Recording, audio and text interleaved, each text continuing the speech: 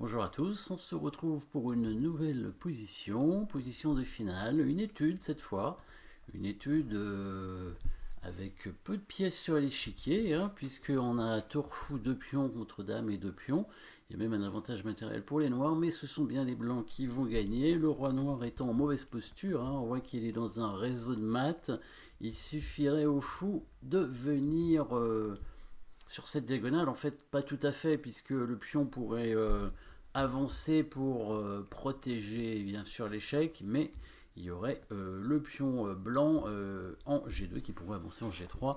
Donc ici, si le pion avance en G3 tout de suite, ce qui est un coup forcé, le roi pourrait s'enfuir, et évidemment là on pourrait probablement pas le rattraper. Pareil, si le fou donne échec, bon, si le fou donne échec, la dame pourrait le prendre en D8. S'il donne échec par en dessous, le roi s'enfuit aussi.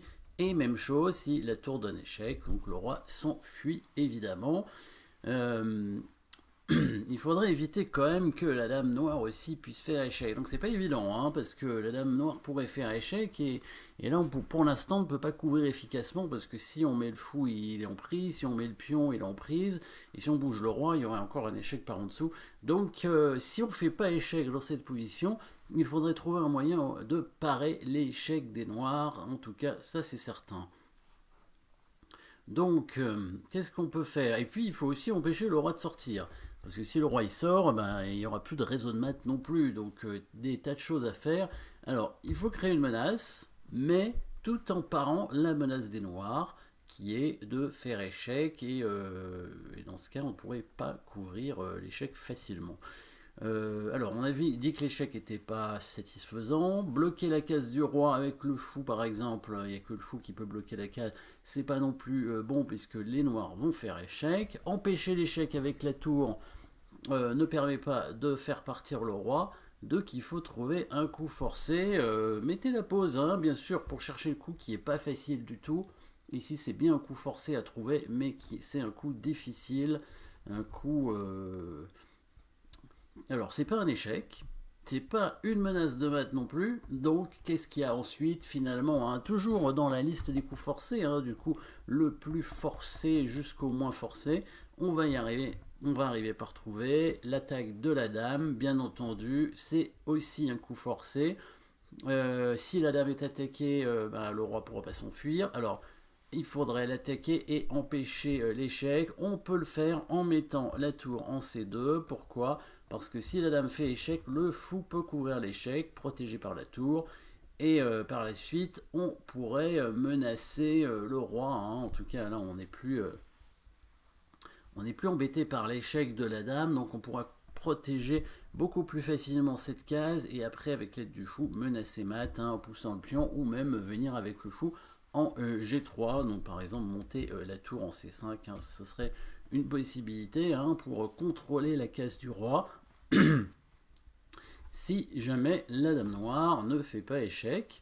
Et si elle prend la tour, alors là c'est là où ça se complique évidemment, si elle prend la tour, qu'est-ce qui se passe? Et bien cette fois on va probablement faire échec avec le fou. Et le pion devra avancer. Et là par contre on ne pourra pas avancer le pion, parce que le pion sera cloué. Voilà, la tour vient ici. Donc ici plusieurs solutions pour les noirs. Bon, évidemment le coup le plus évident à regarder, c'est la dame qui prend la tour. Bon, les autres coups, par exemple la dame qui donne échec, on a dit que le fou allait couvrir simplement avec la menace, alors pas immédiate, d'abord la tour ici et ensuite le pion qui avance. Si la dame bouge pour empêcher la tour de venir en C5, on fera échec avec le fou ici qui forcera la poussée du pion, et après on pourra mater.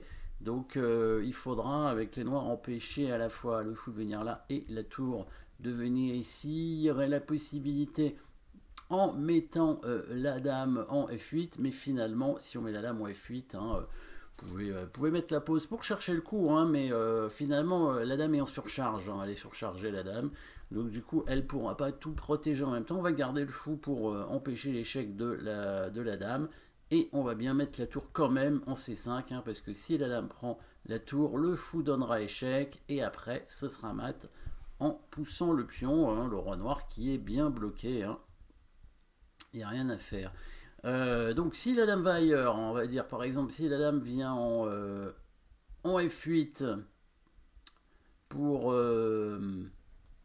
contrôler les cases, bah ça on l'a dit, hein, tour en C5, évidemment, on contrôle la case en G5. Donc la dame va prendre la tour, allez, la dame va prendre la tour. Alors, d'abord, on va quand même regarder si la dame vient en D7, est-ce qu'on fait la même chose ici, parce que maintenant, si on monte la tour en C5, c'est pas bon, puisque la dame va faire échec. Et là, on ne peut pas couvrir facilement. Et si le fou vient en C7, eh ben, le roi s'enfuit en G5. Hein. Donc là, il va falloir faire un nouveau coup avec les blancs. Et le bon coup, quel va-t-il être? Il faut empêcher l'échec de la dame, évidemment, en D6. Eh bien, on va jouer, n'hésitez pas à mettre la pause si vous voulez le trouver, hein, c'est pas évident. Le coup de tour en D2, tout simplement attaquant la dame. Il n'y a pas d'échec hein, sur la diagonale, curieusement. Il n'y a pas d'échec. Ici, la dame va devoir bouger en protégeant toujours la case d'échec du fou. Alors, pas en E7, sinon il y a fou D8 qui gagne la dame. Et si le fou vient là, on va faire échec en D8. Le pion sera obligé d'avancer. Et là, il peut tout simplement faire mat avec le pion en G3, évidemment. Qu'est-ce que j'ai dit tout à l'heure sur dame F8? Non, il ne faut pas faire tour F5, évidemment. Sur dame F8, ici, on ne va pas non plus bouger le fou non plus. Hein. Donc là, attention, hein, là aussi, il faut trouver le bon coup, tout simplement. Alors là, on va gagner la dame, en fait, grâce à cet échec ici, avec la tour en C4, la dame qui se met sur la mauvaise colonne.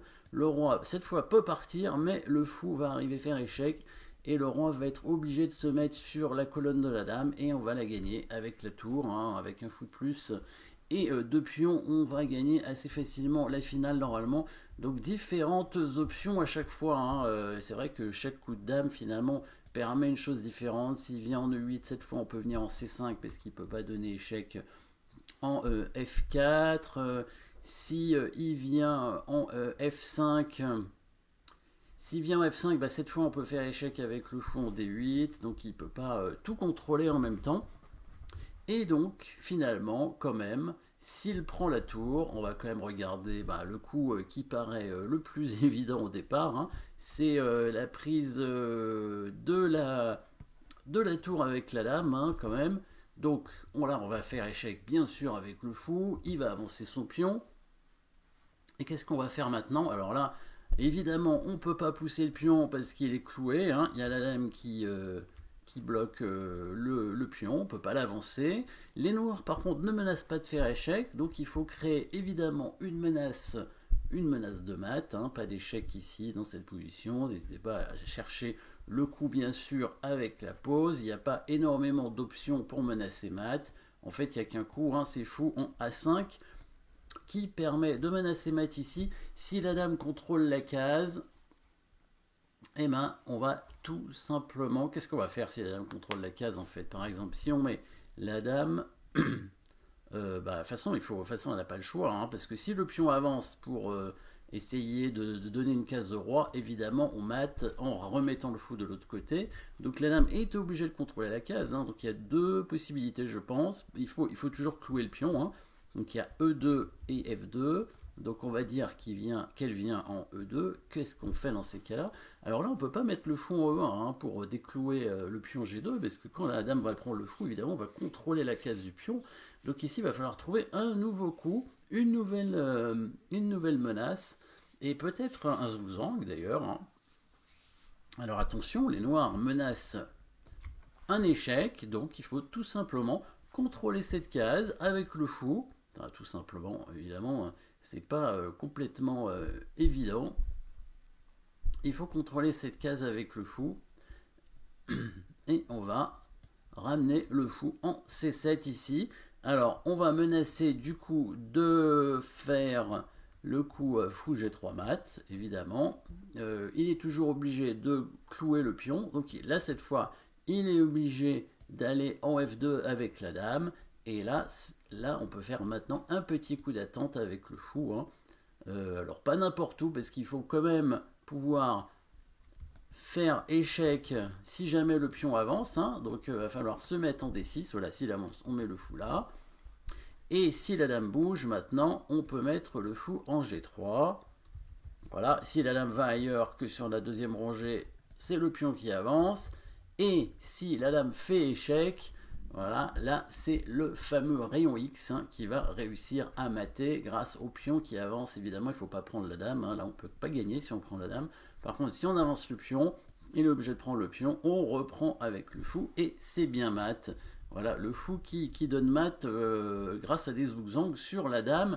La dernière variante, c'était s'il mettait directement sa dame en F2. Voilà, bah, c'est la même position, hein, on met le fou en C7. Alors, c'est pas tout à fait la même. Tout à l'heure, le fou était en D6, mais ça revient au même, puisque le fou peut aussi faire échec sur la diagonale ici. Hein. Donc, s'il pousse le pion, évidemment, on fait échec avec le fou et on donne mat. Donc, position pas simple, hein, assez complexe, avec la tour finalement qui vient se sacrifier pour dévier la dame et pour permettre au fou de venir faire échec et de bloquer finalement le roi. Après, le fou revient ici pour contrôler la case de la dame. Et on va obtenir un zugzwang dans cette position. Hein, la dame noire qui est obligée de bouger. Hein, le zugzwang, donc obligation de jouer un coup. Hein, l'obligation de jouer un coup. Et c'est en général un mauvais coup. Le zugzwang, bien sûr. Là, si les noirs pouvaient ne rien faire, hein, ne pas jouer de coup, bah, ce serait nul. Hein, on ne pourrait pas progresser avec les blancs. Mais c'est souvent comme ça qu'on va gagner les finales de toute façon. Voilà. Merci d'avoir suivi cette petite position. Et à très bientôt.